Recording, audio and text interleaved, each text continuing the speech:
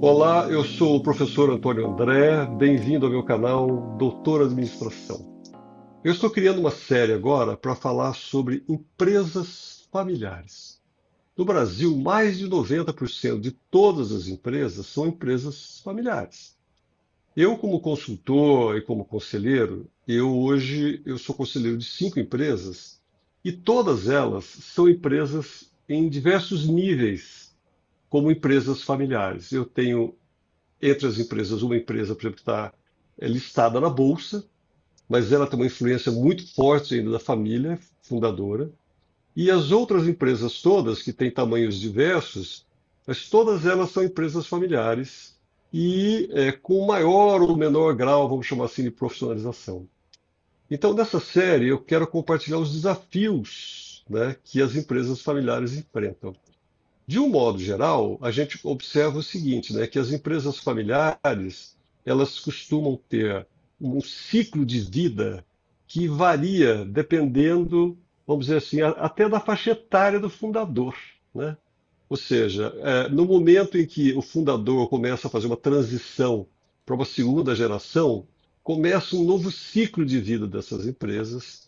E esse ciclo de vida, muitas vezes, é um ciclo talvez o mais conflituoso de todos, porque podem aparecer choques geracionais, podem aparecer problemas culturais, onde, por exemplo, o sócio fundador ele quer ser mais conservador, ele quer preservar a empresa a mais longo prazo, a rentabilidade da empresa, enquanto que os sucessores, por exemplo, já têm uma visão, eles querem inovar, tá certo? Eles querem buscar novas oportunidades e naturalmente essas mudanças também significam assumir outros riscos que não são até então riscos conhecidos. Então começa a haver aí um certo conflito geracional e isso é só um dos muitos aspectos, tá certo, que eu quero falar nessa série, né? Porque, de um modo geral, empresas familiares, onde a família em si, ela é o centro, o núcleo da empresa, ela é que define a cultura da empresa. E a cultura da empresa, ela certamente, ela tem uma importância fundamental ao longo da história da empresa, porque a cultura fala sobre a ética, fala sobre os valores da empresa, né, fala sobre os exemplos que são dados pelos fundadores. Mas, por outro lado, muitas vezes a cultura da empresa, ela tem uma armadilha que ela engessa a empresa. E como ela engessa a empresa, é mais difícil inovar. E com isso, os sucessores, sejam eles da família ou não, também têm mais dificuldades, tá certo? Esse processo quase que de cortar o cordão umbilical entre a geração dos fundadores e a nova geração é um trabalho delicado. Por quê? Porque a nova geração, obviamente, quer mostrar que veio, e, claro, querendo sempre inovar, querendo trazer o novo, e a geração dos fundadores querendo segurar, sabe? Então aí já começa a surgir uma zona de conflito, né? Então, essa série ela vai ser uma série longa, porque eu vou separar essa série aqui em vários capítulos. E no primeiro capítulo eu quero trazer um convidado. Eu estou convidando o professor Dr. Arnaldo Marx. O Dr. Arnaldo Marx, ele é um especialista na área tributária, ele é professor da Fundação Getúlio Vargas. Ele, entre outras aulas, ele ministra aulas do curso que eu coordeno lá no MBA em Gestão Estratégica e Econômica de Negócios. E ele é um especialista nesse assunto, inclusive, né, de reorganização, reestruturação societária, que pode ser um capítulo importante da vida de uma empresa, né? Então, eu quero apresentar para vocês o professor Arnaldo Marx. Muito bem-vindo, professor Arnaldo Marx. Boa tarde, muito obrigado pelo convite, é um prazer estar aqui com vocês. O Arnaldo, você sabe que eu estava falando aqui que gestão de empresas familiares é um grande desafio. Mais de 90% das empresas brasileiras são empresas familiares. E ao longo da vida de uma empresa familiar, os desafios são enormes, né? A gente vê empresas que tiveram enorme sucesso nesse processo sucessório. Eu acho que um grande exemplo disso é a WEG, que hoje é uma das maiores empresas do Brasil. E eles tiveram a clarividência, a inteligência, o preparo, né, de construir um caminho sucessório envolvendo os herdeiros diretos, tá certo, dos fundadores, Mas vai ser ótimo a gente poder discutir aqui, Arnaldo, porque o que a gente observa é o seguinte, né, de que existem círculos que se superpõem na hora que a gente fala de empresas familiares, não é isso, Arnaldo? Até o Isso. modelo que foi desenhado por professores lá de Harvard falando sobre esses ciclos da gestão da empresa familiar, né? Onde existe o ciclo da família, o ciclo do patrimônio e o ciclo do negócio, né? E essas coisas, elas, obviamente, elas acabam se misturando em diversos momentos, né? Mas eu queria passar um pouco a palavra para você, Arnaldo, e você dissesse o seguinte: olha, você como especialista, não só nesses processos de reorganização societária, nos aspectos tributários, na sua percepção, ou seja, quais são os aspectos que você acha importante que uma empresa familiar, ou seja, os gestores de uma empresa familiar, considerem durante o seu processo de gestão dessa empresa? André, o que eu tenho observado nessas últimas 3 décadas como consultor nessa área tributária, societária, principalmente em empresas familiares, e aí você comentou que o grande desafio, né, inclusive, é a sucessão, né, o fundador, a fundadora criam aquele negócio vai crescendo, se multiplica, e na hora de passar o bastão para a segunda geração, pode dar problema, né? E tem empresas que não chegam na terceira, tem outras que não chegam na segunda. É porque, normalmente, os fundadores acham que os filhos, as filhas, têm a obrigação de trabalhar na empresa ou no grupo empresarial que ele criou. E esquece que, para isso, 3 perguntas precisam ser feitas, e a depender das respostas, esses herdeiros deveriam ou não trabalhar naquela empresa familiar. Primeira pergunta: meu filho ou minha filha querem trabalhar na empresa? Eles podem não querer. Eu fiz essa pergunta para meu filho. Meu filho, você quer é, é, ser consultor na área tributária societária, trabalhar comigo na minha empresa? Ele falou: não, meu pai, eu quero ser médico. E se formou em medicina no final do ano passado. Então, não adianta insistir. Agora, se o filho quer trabalhar na empresa, vem a segunda pergunta: tem perfil para trabalhar na empresa? Tem perfil para ser gestor? Tem perfil de administração, de economia, de finanças? Ou o cara quer ser um cientista, quer trabalhar na NASA, quer ser médico, né? Quer ser dono de academia? Não tem perfil. Mas se ele quer trabalhar e tem perfil, aí tem a terceira importante fase, que é responder a pergunta: está preparado para trabalhar na empresa?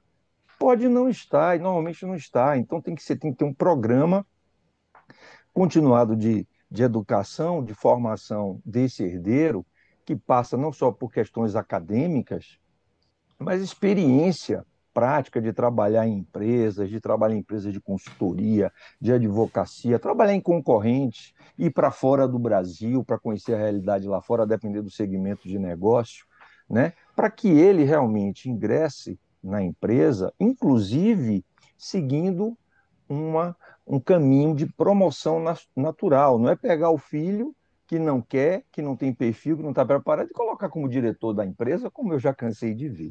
Né? Então, essa é uma questão extremamente relevante. E quando você fala de empresas familiares, você falou dos 3 ciclos, né? Da família, da propriedade e da gestão. Aí é que a gente ressalta a importância da governança familiar, da governança jurídica e da governança corporativa.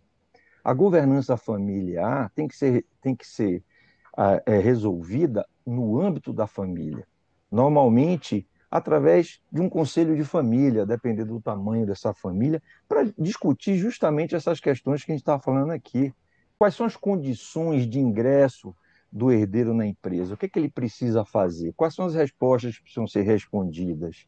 Como é que a gente vai tratar a questão do planejamento patrimonial e sucessório, que aí já vai para o ciclo da governança jurídica, né? Como é que eu, ao mesmo tempo, protejo os bens da família, que pode não ser só ações, cotas de empresas, pode ser salas comerciais, apartamentos, fazendas, etc. Como é que eu protejo? É inclusive dos negócios, porque empresariar, como você bem sabe, envolve risco, né? E esses riscos podem eventualmente atingir os bens pessoais. Então, como é que eu consigo dar uma certa proteção para esses bens? Tributariamente, a depender da vocação dos bens, se é melhor eles estarem nas pessoas físicas ou numa jurídica, numa patrimonial, numa imobiliária, né? O rendimento de aluguel é muito mais baixo numa imobiliária, né? Então, como é que eu protejo? Como é que eu faço o planejamento tributário nessa patrimonial? E, ao mesmo tempo, o que é que eu posso fazer, eu, fundador, para garantir que, na minha falta, que pode ser daqui a 10 minutos, pode ser amanhã, pode ser daqui a um mês ou daqui a 20 anos, que para morrer basta estar vivo, e tem gente que pensa que só morre velho, né? Quando eu não mais estiver aqui, não ter inventário, não ter briga entre os herdeiros, porque já ficou tudo definido no âmbito daquela empresa patrimonial, onde a gente pode doar as cotas ou ações para os filhos, a nua propriedade, não é a propriedade plena, né? E você mantém a posse, a administração, os frutos, porque você coloca a cláusula de usufruto, você coloca a cláusula de inalienabilidade, eles não podem vender aquelas cotas enquanto você estiver vivo, incomunicabilidade, porque aí é a proteção em relação ao próprio casamento deles, porque o casamento pode não dar certo, né? Impenhorabilidade, eles não podem dar aquilo em garantia de empréstimos, etc. E ainda colocam uma cláusula de reversão da doação na eventualidade, na fatalidade do herdeiro morrer antes do patriarca, da matriarca, né? Então, esse aí, André, é um dos ciclos, né, que você pode pensar na governança familiar, acoplada aí a um planejamento patrimonial e sucessório que passa pela governança jurídica, porque aí você tem que ver regime de casamento, ver essa questão de separações ou não, se vai ser com cláusula de comunhão parcial de bens, separação total de bens, aí tem que ver realmente qual seria a melhor maneira, né? Mas aí eu devolvo a palavra para você, talvez você queira me fazer alguma pergunta em relação ao que eu falei até agora, porque depois a gente pode falar também da governança corporativa. E você mencionou reorganizações societárias. Essas reorganizações societárias que a gente vai comentar pode ser nesses três âmbitos. Uma não exclui a outra, né? Aliás, elas podem ser complementares. O planejamento patrimonial sucessório no nível da família, da propriedade, o planejamento societário e tributário no âmbito das empresas, não só em momentos que a gente quer reorganizar societariamente aquele grupo empresarial, como também naqueles momentos que a gente quer realizar combinações de negócios, fusões e aquisições com outra empresa ou outros grupos empresariais. Você sabe que eu achei ótimo, né, esse caminho que você traçou aí, Arnaldo, né? Eu queria trazer assim, sabe assim, alguns pingos aí para a gente ir ampliando a nossa conversa, porque é uma conversa comprida, né? Você veja, eu vou trazer um caso real. Eu tinha um conhecido e esse conhecido faleceu. E um belo dia me liga a filha dele me pedindo para que eu os ajudasse, tá certo? Porque ela dizia o seguinte: olha, eu não entendo nada de negócio, eu tenho uma irmã que é engenheira de alimentos, que é casada e não faz nada disso, eu tenho uma irmã que mora em Paris e eu não entendo nada disso. Bom, para você ter uma ideia, eu mergulhei no assunto e essa pessoa, que era um conhecido meu, ele era um homem bilionário. Ele tinha propriedades enormes no estado de São Paulo, mas ele é o tipo do cara que ele era um negociante. Ou seja, parecia alguém falando o seguinte: olha, seu João, eu tenho um posto de gasolina, eu estou precisando de dinheiro, você não quer comprar meu posto? E ele, se ele visse daqui num bom negócio, ele comprava o posto, sabe assim? É uma cafeeira, ele compra a cafeira. Ou seja, ele tinha, assim, uma quantidade enorme de negócios, e esses negócios, inclusive, não tinham nenhuma relação com o outro. ele saía comprando coisas, ou seja, nesse modelo patrimonialista, né, que é o modelo antigo, que os empresários eles iam comprando negócios sem conexão entre um e outro, na expectativa de que estava diversificando o risco, né? E com isso, se alguma coisa não vai bem, a outra ajuda. Então, eu tenho assim muitas histórias, tá certo, de questões familiares como essa. Mas você sabe que uma coisa que eu queria trazer aqui é que quase sempre, essas empresas familiares, elas não têm uma estratégia. Ou seja, entra aí o papel do consultor, do conselheiro, não é verdade ou não? Porque as empresas, de um modo geral, elas são meio tocadas pelo vai da valsa, né? O empresário, o fundador da empresa, ou mesmo, não precisa ser gente de idade, não. Jovens que criam suas empresas, nesse momento mesmo, por exemplo. Eu fiz o planejamento estratégico de uma empresa, de um casal, ainda muito jovem, mas muito empreendedores, tá certo? E eles deram muita sorte, porque eu acho que esse componente sorte, esse componente intangível aí, ajuda muito. E eles fizeram essa empresa e a empresa começou a crescer, ou surgiram oportunidades que eles foram aproveitando. Mas no final das contas, eles não tinham estratégia nenhuma. Eles iam, sabe assim, tocando dia a dia, né? Então, uma coisa que a gente vê é de que a falta de profissionalismo, né, nas empresas familiares, né? É isso De um mesmo. modo geral, as empresas familiares olham os profissionais executivos e executivas, né? Gente da área financeira, gente da área de vendas, gente da área de produção, de gestão de estoque, de sistemas, eles veem isso como custo. Ah, não, esses profissionais custam muito caro, né?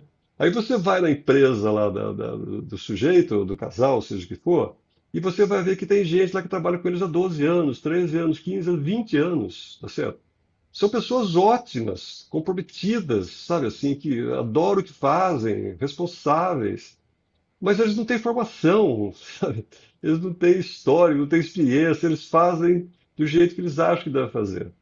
Então, de um modo geral, as empresas familiares também relutam em contratar executivos, gente formada, capacitada, para assumir posições de destaque dentro da empresa. Não é essa a sua percepção também, Arnaldo? Com certeza, você falou aí várias coisas que dão gancho para a gente fazer comentários em relação ao tema, né? Inicialmente, você falou da diversidade que você pode ter numa segunda geração, numa terceira geração, em termos de formações acadêmicas e profissionais, né? Então, você pode ter ali administrador, economista, advogado, artista plástico, você tem professor de academia, você tem, assim, médicos. Então, na verdade, quando você olha para os três ciclos e eles têm uma certa interseção entre eles, por que é difícil você conduzir primeiro, gerir um negócio familiar, né? Porque você tem gente ali naqueles três ciclos, gente que só é da família, não tem participação no negócio nem trabalha na empresa. Você tem gente que é da família e tem participação societária, mas não trabalha na empresa. Você tem gente que é da família, trabalha na empresa, mas não tem participação societária. Você tem um minoritário que tem participação societária, mas não trabalha na empresa. Você tem um minoritário que tem participação societária, trabalha na empresa. E, finalmente, você tem alguém que é da família, tem participação societária, trabalha na empresa. E tem assim os pobres mortais que não são da família, não têm participação societária, mas trabalham na empresa. Esses são os que mais sofrem, porque além da pressão do negócio, tem a pressão familiar. E ele tem que rodar vários pratinhos, né? Vários interesses, às vezes, conflitantes, justamente porque esses indivíduos têm situações, demandas diferentes e pressionam de forma diferente aquele pobre coitado que está tentando gerir a empresa profissionalmente. Então, não só é difícil os donos se convencerem que tem que trazer gente de fora, como é difícil a pessoa que vem de fora permanecer, porque ele tem que ser, inclusive, psicólogo, das pessoas. Você tem que ter um jogo de cintura para você amortecer. Sabe o Bob Esponja, que vai É, amortecer a cobrança e trabalhar a cabeça de um, porque de fato as pessoas confundem o que é pessoa física, o que é. pessoa jurídica. O Uma Arnaldo, outra deixa eu coisa que pegar você um falou, gancho seu aí. Posso pegar um ah, gancho? claro, Porque você trouxe um ponto aí muito bom. Só para ilustrar o que você está falando, eu fui conselheiro durante muitos anos de uma empresa que, inclusive, eu fiz uma revolução lá. Eu transformei completamente essa empresa. É, mas era para você ter uma ideia, era um casal e um irmão. E nós nos reuníamos, e quando nos reuníamos, primeiro, eles ficavam lavando a roupa suja entre eles. Eles ficavam lá um xingando o outro, xingando, não modo dizer, né? Um falando mal do outro, não sei o não quê, xingava você mesmo. não Tem gente que fez, xinga é. mesmo. E aí eu ficava quieto, só ouvindo. Às vezes, essa lavação de roupa suja durava uma hora. E de repente eles falavam para mim, André, você não vai falar nada? Ele falou, estou só esperando vocês terminarem lá, lavar a roupa suja para a gente tratar do que interessa. Não é verdade? É a É, confusão entre física e jurídica. Roupa pois é. suja se lava no conselho de família. Não, não no conselho de administração, por exemplo, não numa Uhum, reunião com consultores externos. Ali é para se discutir assuntos empresariais e não familiares. Mas os uhum. caras confundem, porque realmente, entre membros da família, não existe aquela certa formalidade que existe, por exemplo, entre nós aqui. Nós não somos parentes. Mas se vocês fossem meus irmãos, de repente, no momento da conversa aqui, um poderia xingar o outro, porque não tem esse formalismo. Entra a questão da emoção. Aí os caras Exatamente. têm uma dificuldade de entender isso e quebram o pau na frente da gente. Já vi isso inúmeras vezes, nego dar murro na mesa, virar a mesa, xingar, sair da sala e a gente ali com toda a cabeça branca, toda a habilidade, dando uma de psicólogo para tentar trazer de novo as pessoas. É isso É, mesmo. Você é. falou um negócio também legal sobre estratégia, né? Eu falo sobre planejamento tributário. Você está falando de planejamento estratégico. E aí eu, nas aulas e nos clientes, eu pergunto, gente, o que significa planejar? Aí as pessoas ficam assim, sabe o que é, mas às vezes não sabe. Eu vou falar de uma maneira muito simples. Planejar significa pensar antes de agir. Então, antes de você tomar uma decisão, antes de você implementar alguma coisa, você tem que pensar, fazer um brainstorming, avaliar pontos fortes, pontos fracos, né? E desdobrar o seu pensamento no plano de ação. Na área tributária, significa parar para pensar antes que o fato que gera a obrigação de pagar o tributo aconteça. E eu digo, planejamento tributário deveria ser sempre um módulo do planejamento estratégico.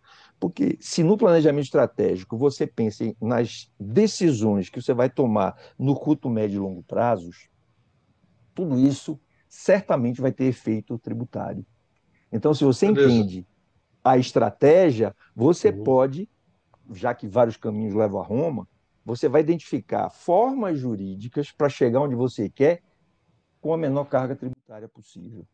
Você veja, Arnaldo, nós mesmos temos oportunidade de trabalhar em projetos aonde, o que é inclusive muito típico do Brasil, né? O que é uma coisa muito típica no Brasil? De repente tem vamos chamar assim, um grupo empresarial. Esse grupo empresarial tem uma dúzia de empresas do Simples Nacional. Uma empresa está no nome da esposa, outra empresa no nome da filha, outra empresa no nome do cunhado, outra empresa no nome do vizinho, tá certo? Esse grupo empresarial pode ter empresas que estão no lucro real, pode ter empresas que estão tá no lucro presumido, não é isso? E no final das contas, é assim, acaba virando um emaranhado, né? Ou seja, a gestão da empresa buscando subterfúgios para pagar menos impostos, acaba criando um emaranhado fiscal tributário que representa um risco enorme para a empresa. Não é verdade, Gigantesco. não? Gigantesco, André, pelo seguinte: nós somos de uma época, né, aonde não existia a tecnologia do sistema tributário nacional como nós temos hoje. A partir de 2009, nós começamos a implementar no Brasil o que se chama Sistema Público de Escrituração Digital, o tal do SPED. significa informações contábeis, tributárias, trabalhistas, previdenciárias, operacionais, sendo enviadas digitalmente pelas empresas para o fisco, num layout pré-determinado, e lá dentro do SPED roda 24 horas por dia, 7 dias por semana, um software desenvolvido nada mais, nada menos pelo Instituto Tecnológico da Aeronáutica, pelo ITA.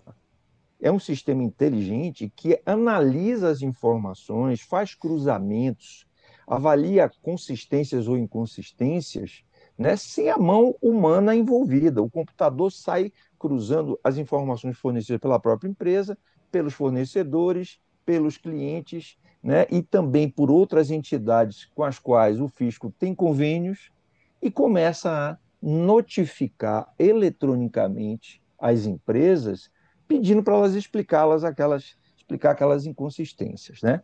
Nesse universo que você está falando aí, desse, entre aspas, planejamento tributário, que o fisco considera abusivo, o que é que a gente tem visto, e eu nos meus trabalhos de diagnóstico tributário, societário, tal, eu listo as 10 maiores autuações, isso é público, isso está no site da Receita. Eu digo, olha, essa empresa aqui foi autuada por causa disso. Vocês fazem isso aqui. Quais são os indícios que o fiscal fica desconfiado? Empresas no mesmo endereço. Não que você não possa ter empresas no mesmo endereço, mas são indícios. Mesmo endereço, mesmo objeto social, né? Uma no nome do esposo, outro no nome da esposa, do filho, do sogro, da sogra. Só que elas agem como um grupo empresarial de fato. Tem rastro de e-mails, de títulos de cargos. Então, eu tenho uma situação que tem uma empresa no nome do pai e do filho, a outra no nome de uma das irmãs e a terceira no nome de uma outra irmã. Só que o filho se apresenta como CEO do grupo, ele fala grupo, e está no site deles. Aí, uma das irmãs é diretora financeira das 3 empresas. Uma tem um nome assim, ABC, sei lá, Investimentos. A outra tem Investimentos ABC. O cara inverteu a razão social, né? Aí você vê, às vezes, alguém que tem a procuração para assinar em nome das empresas, fecha contrato com o fornecedor, com o cliente, contrato empregado. Então, quer dizer, formalmente parece que são empresas totalmente independentes, mas o fisco chama isso de grupo econômico de fato e sai autuando, né? Então, essa manobra tributária que sempre empresas no Brasil adotaram, ela está caindo por terra. E assim, como é que eu provo isso para o cliente? Mostrando as autuações e dizendo, tá vendo? Isso aqui você faz, isso aqui você faz. E como é que o fisco pega? Ele tem sistema, ele faz cruzamento, ele tem CPF, CNPJ, tem tudo o que ele quiser. E E ele nesse vai caso, pegar. e nesse caso, Arnaldo, vamos pegar essa situação que você criou aí, dessa Criou não, é família lá fato que. real, viu? É Fato fato real. real. Tá bom. O que que o fisco faz? Ou seja, quais são as multas, as penalidades, enfim, o que acontece numa situação como essa? Primeiro que ele desconsidera a personalidade jurídica de todas as empresas, soma, faz uma espécie de consolidação de receita, custo e despesa e utiliza a técnica do lucro arbitrado e arbitra o lucro e, consequentemente, a carga tributária, né, com multa de 150% no mínimo, pode chegar a 225%. Por quê? O ser humano pode errar sem querer ou de propósito. Juridicamente, quando você erra sem querer, a gente chama de culpa. Quando você erra de propósito, é dolo. Tributariamente, a culpa gera autuação fiscal. Não adianta dizer que foi sem querer. Gera autuação fiscal. Multa no âmbito federal, 75% mais juros de mora. Ah, o fisco provou que foi um erro proposital. Você sabia o que você estava fazendo. Você queria fraudar a lei tributária. Fraude à lei tributária é crime. Então, do ponto de vista tributário, a multa vai ser de 150%, o dobro. Se você criar dificuldade na fiscalização, vai para 225%. o triplo. Além disso, os administradores têm um problema de ordem penal. Eles são processados pelo Estado criminalmente por crime à lei tributária. Então, é uma situação complicada. Tem gente que pensa que é só pagar o tributo. Não, se for provado crime à lei tributária, está tipificado em lei e tudo mais, tem a questão penal, que você pode fugir se você resolver a questão tributária antes da Procuradoria-Geral encaminhar o processo para o judiciário, entendeu? Então, e cada vez mais é fratura exposta, Big Brother fiscal, eles estão vendo tudo. E agora a Receita Federal está trazendo também para dentro desse ambiente a inteligência artificial. Então, assim, vai continuar havendo sonegação? Vai, mas desde que eu me entendo como gente, desde a época que não existia nada disso, que a gente fazia tudo no papel, para cá, meu amigo, milhares de portas desses planejamentos tributários pouco republicanos vêm Hum. sendo fechadas e muita gente se dando mal. É isso, André. E você veja o seguinte, né? Isso tudo passa, em primeiro lugar, por desinformação, né? Ou seja, eu acho que é muito do empresariado brasileiro. Ele, em primeiro lugar, ele fala o seguinte: olha, o Brasil ele penaliza muito o empresariado tem que pagar muito imposto. Ele tem que pagar muito imposto na folha de pagamento, ele tem que pagar muito imposto sobre as vendas, ele tem que pagar muito imposto quando ele tem algum lucro, ou seja, ele é tributado de todos os lados. Então, o que que ele faz? Ele vai tentar sobreviver, tá certo? E muitos negócios no Brasil, especialmente pequenos negócios, negócios familiares, como nós falamos aqui agora, eles vão sobrevivendo porque eles não pagam imposto, eles sonegam imposto. Porque se eles tiverem que pagar imposto, ele quebra. Isso acontece, Arnaldo? Rapaz, excelente colocação. Em um dos grupos que eu estou atendendo, já estava lá um consultor empresarial focado em planejamento estratégico, que o grupo não tinha, orçamento, fluxo de caixa, até na área da produção, rearrumar o layout das máquinas e equipamentos, uma série de mudanças para rentabilizar o negócio. Aí o que é que a gente descobriu? Os caras estão com 3 empresas, todas no Simples Nacional, nessa manobra que eu te falei, que é o pai e o filho, a irmã aqui. E aí, esse consultor começou a mostrar que eles não estavam sabendo nem precificar o que eles faziam. Estava errada a precificação. Então, ele trabalhou a precificação, né? E falou para eles: vamos lá, vamos tentar vender. Não é que o mercado suportou, quer dizer, ele estava achando que tinha que fazer malandragem tributária para cobrar menos e ser competitivo. Esse consultor provou: não, você tem aqui um range, uma faixa que você pode aumentar preço, que o mercado vai absorver. Aí eu disse para ele: olha só, se a gente fizer uma reorganização societária, de modo que uma das empresas incorpore as outras duas, você vai ter alguns ganhos, algumas sinergias em termos de custo, despesa, contabilidade, etc. Sua carga tributária vai sair de onde está e vai chegar aqui. Ele vai aumentar, eu falei, não, vai para o lugar certo. Porque uma coisa é você estar calculando certinho e mudar de sistemática e isso provocar um aumento. Outra coisa é você estar adotando uma sistemática que você não pode adotar, você está sonegando, né? E quando você vai para a sistemática correta, você percebe um aumento, entre aspas, de carga tributária. Agora, você sabe qual é o problema? Esse aumento cabe dentro dessa rentabilidade maior que você está tendo aqui, porque vamos dizer que você tem um lucro de 10 e tem um imposto de 1, sobra 9. Digamos que seu imposto passa a ser 3. Se sua rentabilidade foi para 14, 15, cabe dentro dos 15 e ainda sobra um lucro no mínimo igual ou maior ao que você bota no bolso hoje. Então, antes da gente falar de aumento de carga tributária, eu quero saber em que contexto ela está aumentando.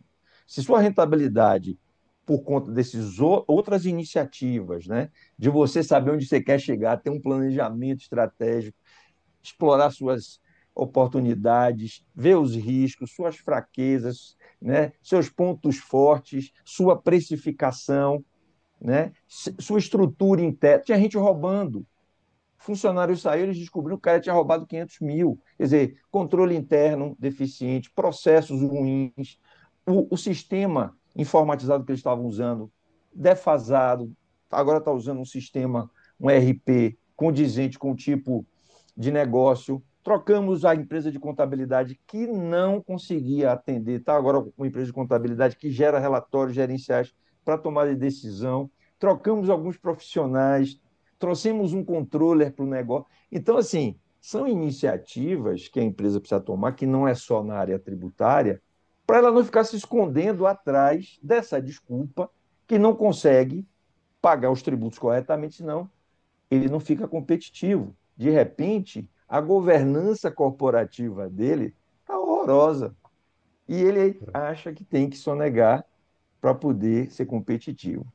Ou Então, eu acho seja, que na isso é um realidade, ponto interessantíssimo que você trouxe, porque é o que eu é, tenho visto na prática. é porque as ineficiências que ele tem interna são consumidores de caixa, né?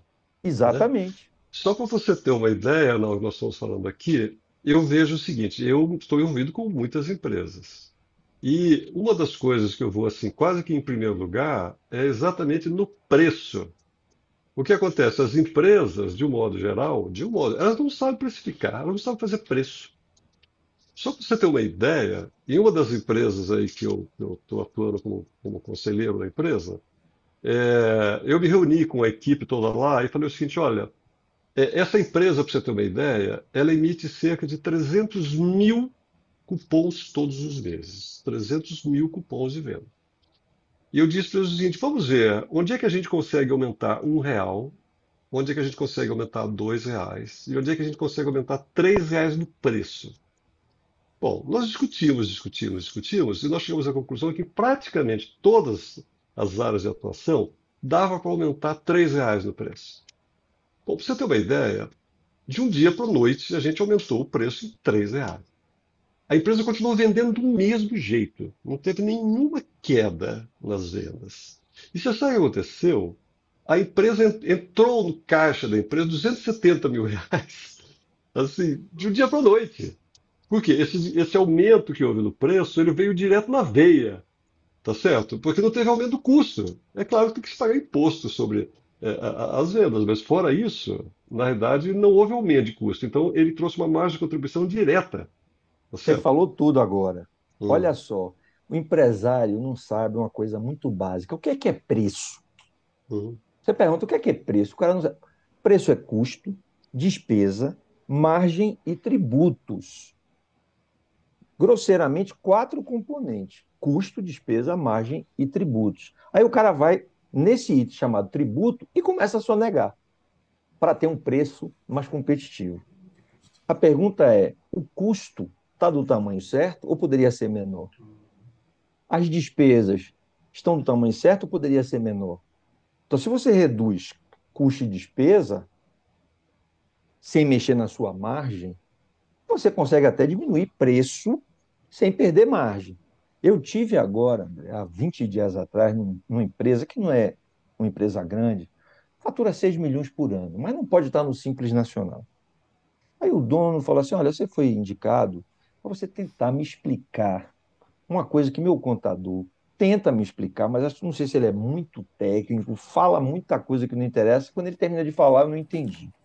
Eu quero saber o seguinte: no meu caso, é melhor a minha empresa estar no lucro presumido ou no lucro real? Para eu conseguir ficar mais competitivo, pagando, tendo a mesma margem. Falei, pô, bacana. Aí peguei números reais dele e vou dizer: olha, vamos ver. Se a sua empresa adotar o lucro real, tá vendo aqui? Vamos formar preço. Vamos ver aqui: custo, despesa, margem. Quando você for colocar os tributos, vai ficar assim, o seu preço final. Aqui, custo, despesa, margem. Você está vendo que o seu custo está maior no presumido do que no real? É porque você estando no real, você vai poder se creditar de PIS e COFINS. E todo o tributo que gera crédito, limpa seu custo, porque limpa o valor que vai para o estoque. Estoque vira custo. Quanto mais créditos tributários, menor o custo. Já no presumido, você é obrigado a estar na sistemática cumulativa de PIS e COFINS. Ele vai para o custo. Aí você vai partir de um número maior na sistemática do presumido. Mas não quer dizer que quando a gente terminar de fazer todas as contas, necessariamente ele vai ser melhor ou pior. E aí fui fazendo a conta com ele, nós chegamos, eu demonstrei para ele a mesma margem antes do imposto de renda. Está vendo aqui, ó? Nessa sistemática do lucro presumido, embora você tenha partido de um custo maior, percebeu que seu preço ficou menor? Questão tributária. Se você vender, se você tiver nessa sistemática, você pode vender mais barato e manter a sua margem. Aí eu continuei. Agora vamos ver quanto é que vai ficar no seu bolso. Porque essa margem é antes do imposto de renda da contribuição social. Calculei os dois tributos pelo sistemática do presumido, calculei pelo lucro real. No caso dele, foi interessante porque ele falou que estava errado quando eu acabei de fazer o cálculo. Adotando o sistemático lucro presumido, ele conseguiria vender mais barato e ficar com mais lucro no bolso. Ele falou, rapaz, está errado isso. Como é que você está dizendo que eu posso vender mais barato e vou ficar com mais lucro no bolso? Eu estou repassando um ganho para meu cliente e um ganho para mim. Aí eu fui demonstrar para ele quanto ele economizaria de imposto federal e imposto estadual numa sistemática e quanto seria na outra. A economia tributária batia exatamente com o ganho dele a mais no bolso, vou conseguir botar mais lucro, com o ganho que o cliente teve de pagar menos. Então, na verdade, esse ganho que o planejamento tributário trouxe, de pagar menos tributo legalmente, foi dividido entre ele e o cliente. O cliente porque pagou menos, e ele porque botou mais dinheiro no bolso. Então você veja que, muitas vezes, André, antes de pensar em fazer coisa errada, sonegar, vamos dentro da lei ver o que é possível, o que é que se adequa mais ao seu negócio. Vamos fazer esse trabalho gerencial, vamos fazer planejamento estratégico, orçamento, fluxo de caixa, vamos melhorar os controles, os processos da empresa, que de repente, mesmo tendo um pouco de aumento de carga tributária, você vai trabalhar tranquilo. É isso. Você veja, né, Adalto? A gente vive o tempo todo dentro de empresa, né? E a gente percebe o seguinte, que apesar de empresas atuarem em setores muito diferentes, seja no serviço, seja no varejo, seja muitas vezes na indústria, né?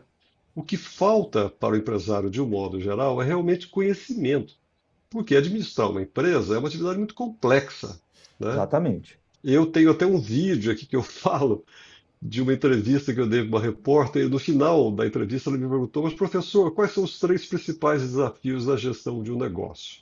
Eu disse para ela, olha, o principal desafio são as pessoas, o segundo principal desafio são as pessoas, e o terceiro principal desafio são as pessoas.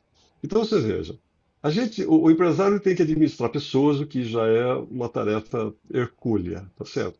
E depois ele tem que, entre outras coisas, saber domar o leão, tá certo? E aí é que fica complicado, porque é uma questão muito técnica, tá certo? Então, essa tecnicidade que envolve um conjunto assim enorme de impostos, né? Quantos impostos nós temos no Brasil, Arnaldo? Olha, hoje 92. Pois é, então você imagina. Tributos. Tributos, porque Tributos, você né? tem impostos, taxas, É, contribuições de melhoria, tem as espécies, né? pois é. Então você vê, é uma quantidade tão absurda, tá certo? Você veja, por exemplo, nos Estados Unidos, né? Nos Estados Unidos, se você quiser contratar uma pessoa, você faz uma experiência com ela e fala, você está contratado, pode começar. E se você acha que a pessoa não está servindo para o seu trabalho, você fala, você está demitido.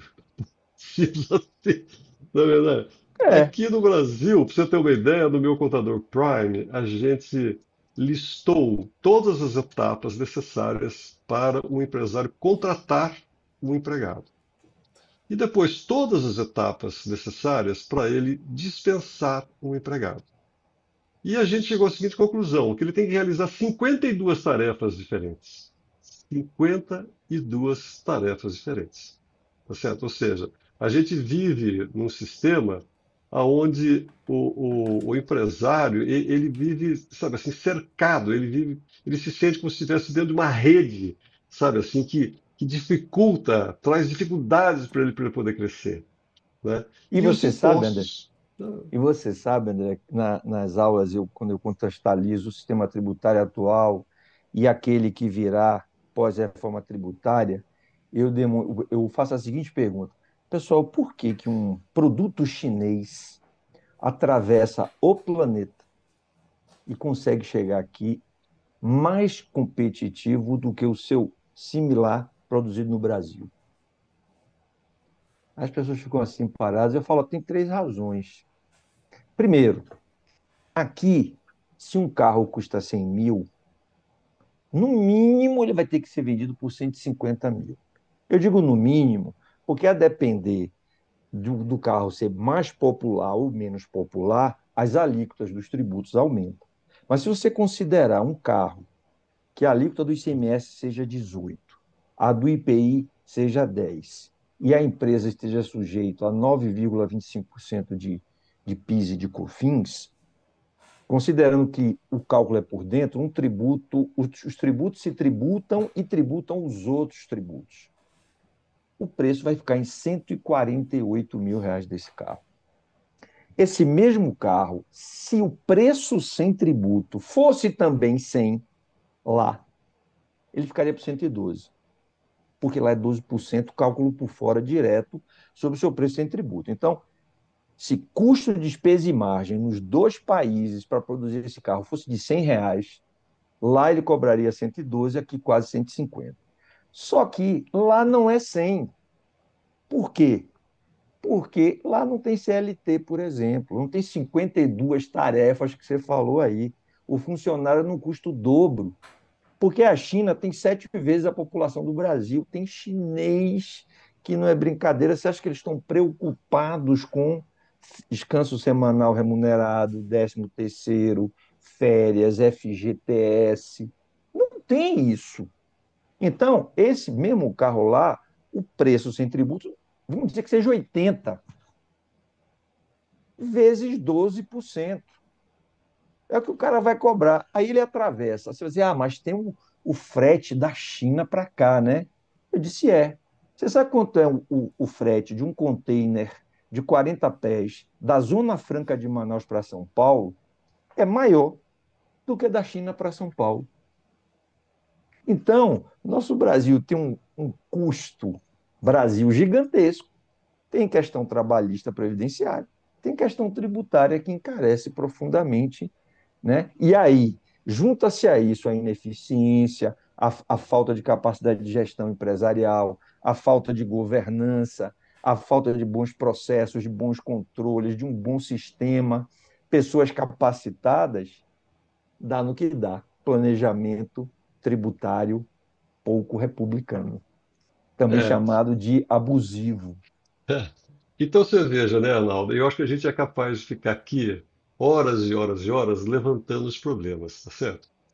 Mas então, só para a gente poder dar, sabe assim, uma fechada na nossa conversa, vamos falar um pouquinho sobre as soluções desses problemas, tá certo? Uhum. Então, se eu tivesse que listar, eu começaria listando o seguinte: de um modo geral, nós estamos falando de empresas familiares. De um modo geral, as empresas familiares não fazem um planejamento estratégico. Elas não fazem. Elas vão tocando de acordo com, sabe assim, com o vai da valsa. Então, elas, pelo fato de eles não terem um planejamento estratégico, eles não têm, por exemplo, um objetivo claro onde eles querem chegar, eles não têm metas de vendas bem estabelecidas, eles não têm estratégias de preço bem formulados, eles não têm estratégia de gestão de estoque. Um dos problemas gravíssimos que as empresas, aquelas que têm estoque, têm é o seguinte: é muito difícil você encontrar uma empresa que sabe de fato gerenciar o estoque que tem. Apesar de existirem softwares aí como Warehouse Management System, enfim, as empresas não sabem fazer gestão dos seus estoques. Se é uma empresa, por exemplo, varejista ou que tem vendas diretas, por exemplo, através de representantes comerciais, distribuidores, enfim, empresa que faz estoque, essas empresas, de um modo geral, elas não sabem gerenciar o seu estoque. Não sabem. E você Depois, sabe elas qual é não. a consequência tributária dessa? Ah, Só pensando no tributo, o fiscal chega, faz uma contagem física e vai na contabilidade.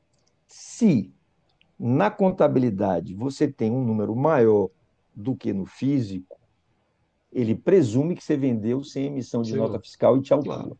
Se no físico for maior do que está na contabilidade, ele presume que você comprou sem nota e te autua.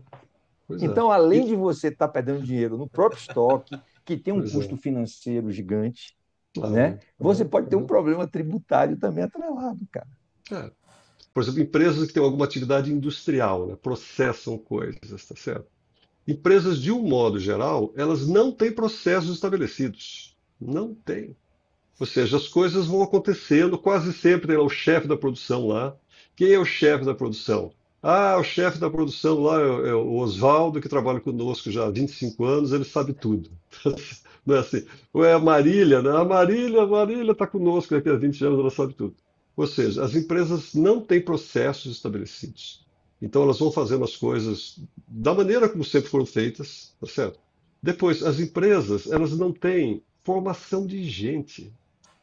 Então, o que acontece? Faltam pessoas capacitadas em cargos chaves da empresa, né? Olha que coisa legal que você falou, Ah, que a coisa mais importante na gestão de uma empresa são as pessoas e as pessoas. Eu vi essa sua publicação. É que hum, eu digo, por que que a gente precisa de governança corporativa?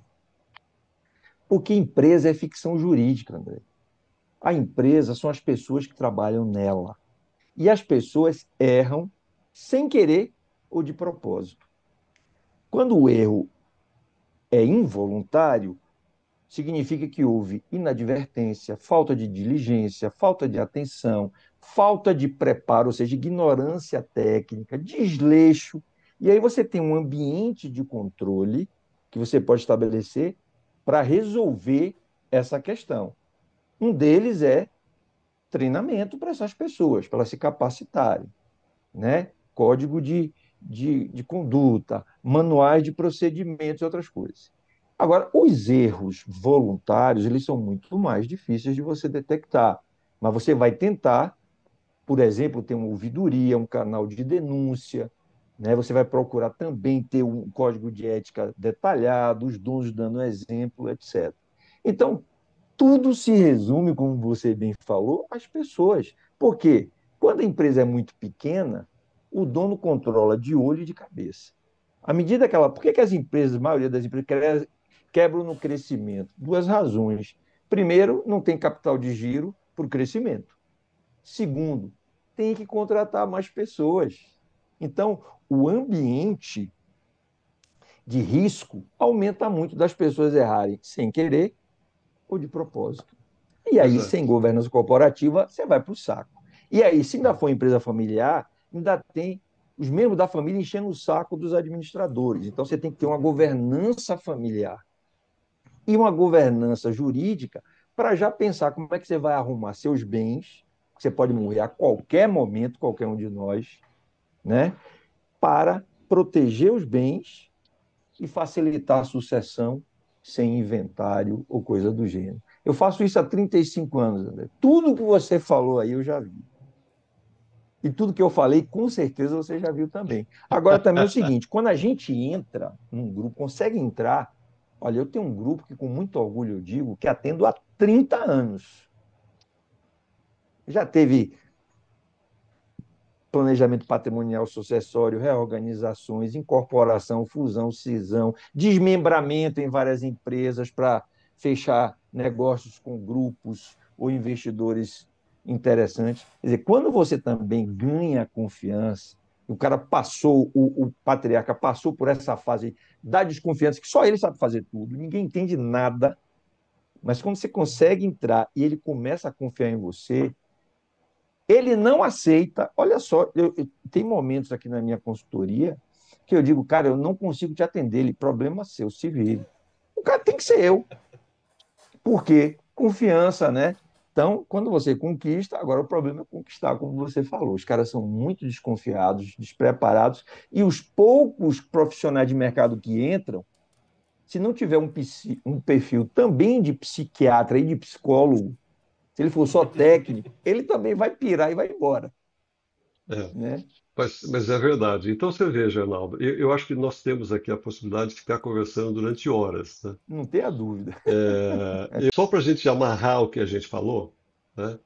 Ou seja, a gente está falando de um assunto que ele transcende a empresa familiar, mas ele acontece principalmente nas empresas familiares, né? Isso. Ou seja, as empresas familiares, elas têm lá um âmbito que é o âmbito da família, depois ela tem o âmbito da empresa e ela tem o âmbito da gestão, né? De um modo geral, nas empresas familiares, esses três ambientes eles se misturam, tá certo? É Estão como se fosse, sobrepostos, não eles estão, estão com interseção, eles estão um em cima do outro. pois é. Então, uma coisa que é fundamental para as empresas familiares é elas procurarem de alguma maneira, e aí entramos pessoas como nós, tá certo? Para ajudá-las, por exemplo, a separar as coisas, né? Ou seja, aquilo que é da família, aquilo que é o patrimônio da família, aquilo que faz parte da empresa em si, né?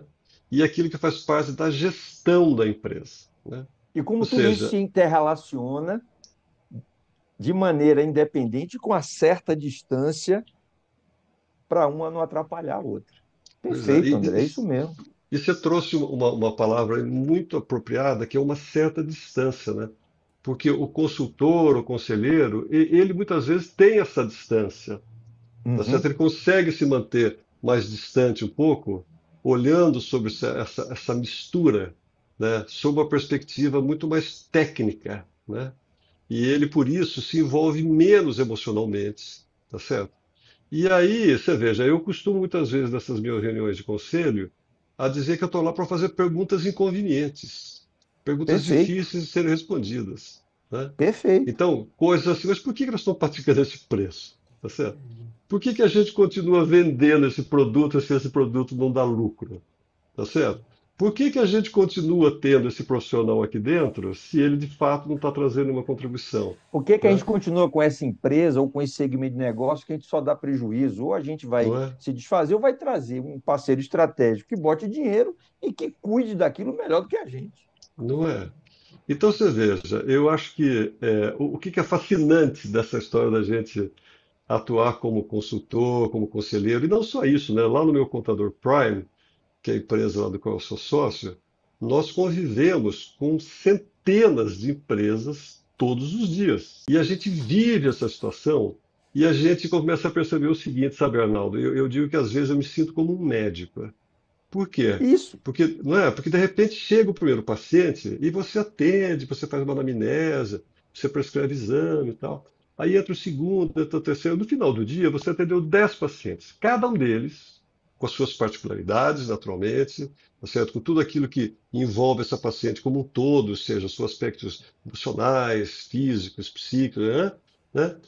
Mas no final, você acaba vendo no final do dia que os 10 pacientes tinham os mesmos problemas, né? Os Você fala problemas uma não, coisa não, muito legal não dá, nessa né? associação que você fez com o médico. Eu sempre digo que o bom consultor é aquele que, acima de tudo, é um clínico geral, porque ele Certamente, né? entende de tudo, o médico Uhum. entende de todo o corpo humano, a ponto de saber indicar um especialista quando ele percebe que ele não vai conseguir resolver. Aquilo que ele consegue resolver, tudo bem, senão ele vai chamar o cardiologista, o nefrologista, etc.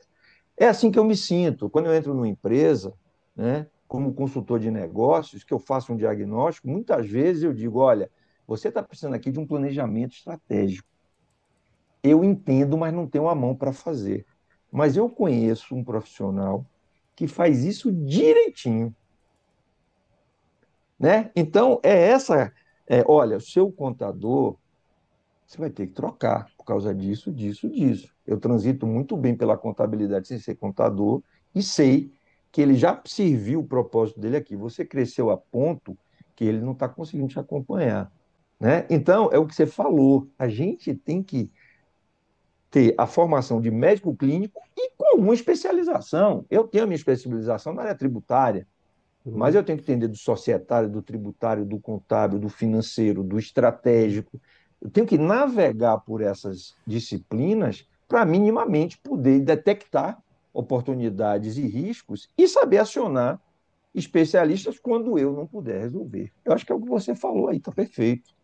Está não é? perfeito. E você veja, né, Arnaldo, eu acho que essa atuação como conselheiro, acima de tudo, é ter essa possibilidade de identificar oportunidades de melhoria e buscar no mercado, muitas vezes, profissionais que atuam até como conselheiros na área consultiva, né? Ou Perfeito. seja, que nem você mesmo. Eu já tive a oportunidade de convidar você para trabalhar ou para atuar em empresas onde eu atuo, né? E você atua lá como um consultor específico para tratar daquele assunto, que basicamente é a Isso. reestruturação Você societária, está que é chamando um especialista, um né? É isso. especialista, não é É isso? isso. E esses Isso. especialistas podem ser especialistas em muitas áreas, áreas de logística, por exemplo. Você veja, uma coisa muito comum que quando eu começo a administrar como conselheiro uma empresa, é colocar um financeiro meu lá dentro, que trabalha comigo, já sabe exatamente o que eu quero, o que eu espero dele, tá certo?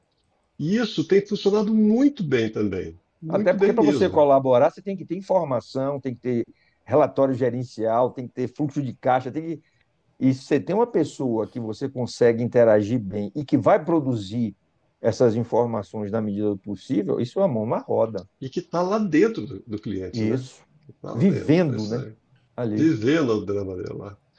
Olha, Arnaldo, conversa muito boa, né? Eu acho que esse já é o segundo papo que nós estamos tendo. O outro nós falamos sobre a reforma tributária, que foi muito legal, né?